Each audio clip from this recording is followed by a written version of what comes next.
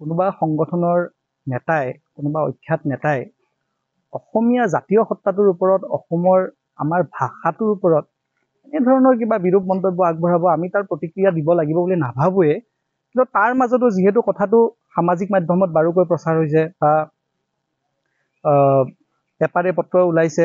বাতৰি কাকতত আহিছে মিডিয়াত আহিছে গতিকে কথাটোৰ আমি উত্তৰ দিব লাগিব বুলি কিবা এটা ক্ষেত্ৰত ভাবিলো কাৰণ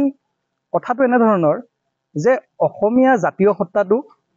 অবৈধ প্ৰবচনকাৰীৰ কবলত নপৰাটো নহয় সেইটো আমি মিছা বুলি কৈ দিব বিচৰা নাই অসমীয়া জাতীয় সত্তাটো অবৈধ প্ৰবচনকাৰীৰ কবলত পৰিছে কিন্তু অসমত বাস কৰা খিলঞ্জীয়া মানুহখিনি বিভিন্ন জাতীয় সত্তাৰ আমাৰ যেটো অসমীয়া জাতীয় সমাজখন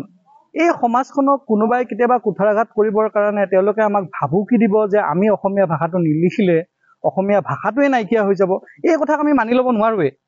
কিয় মানি ল'ব নোৱাৰো অসমীয়া ভাষাই যে ধ্ৰুপদী ভাষাৰ মৰ্যাদা পাইছে অসমীয়া ভাষাই আজি জাতীয় সত্তাটোৱে অসমীয়া জাতীয় সত্তাটোক আগবঢ়াই লৈ যোৱাৰ ক্ষেত্ৰত এই ভাষাটোৱে সদায় আগৰণুৱা ভূমিকা লৈছে আৰু আমি ভাষাটোক লৈ যথেষ্ট স্বাভিমানী আৰু আৱেগিক গতিকে এনেধৰণৰ পাবত গজা কিছুমান নেতাই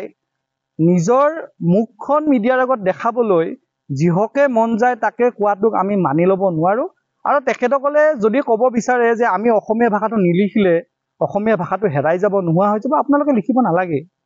আপোনালোকে আসলতে কথাটো এনেধৰণৰ যে আপোনালোকে সদায় বাংলাদেশী প্ৰীতিটোক আপোনালোকে মনত লৈ আগবাঢ়ি গৈছে বাংলাদেশী প্ৰীতি এতিয়াও আপোনালোকে মনৰ পৰা মুছিব পৰা নাই আপোনালোকে অসমত থাকেহে আৰু অসমীয়া ভাষাটোক আপোনালোকে নিজৰ বুলি লিখাটোহে আপোনালোকৰ আসলতে লিগেছি নহলেতো আপোনালোকক কোন ফালৰ পৰা আপোনালোকে অসমীয়া খিলঞ্জীয়া মানুহৰ ভাগত পৰে গতিকে যদি ভাবে যে অসমীয়া ভাষাটো আপোনালোকে নিলিখিব তেতিয়াহলেতো আপোনালোকে প্ৰমাণে হৈ যাব যে আপোনালোকে সম্পূৰ্ণ বাংলাদেশৰে হয় সম্পূৰ্ণ আপোনালোকে বাংলাদেশী লবিতে আপোনালোকে কাম কৰি আছে গতিকে যি অকমান অসমীয়া ভাষাটো আপোনালোকৰ বুলি যদি লিখি আছিলে সেইটো আপোনালোকৰ আসলতে অকমান হলেও লিগেচিৰ কিবা এটা পইণ্টহে আছিলে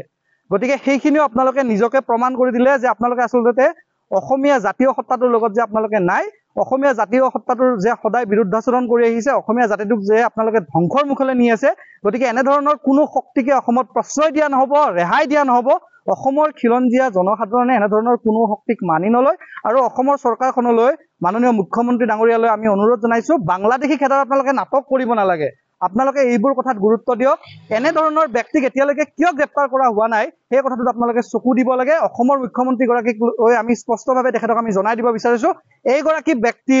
অতি কম সময়ৰ ভিতৰত গ্ৰেপ্তাৰ হ'ব লাগিব জেললৈ যাব লাগিব অসমীয়া ভাষাৰ ওপৰত অসমীয়া জাতীয় সত্তাৰ ওপৰত এনেধৰণৰ মন্তব্য দিয়া ব্যক্তিক কোনো কাৰণতে আমি হাৰি যাবলৈ কিন্তু নিদিওঁ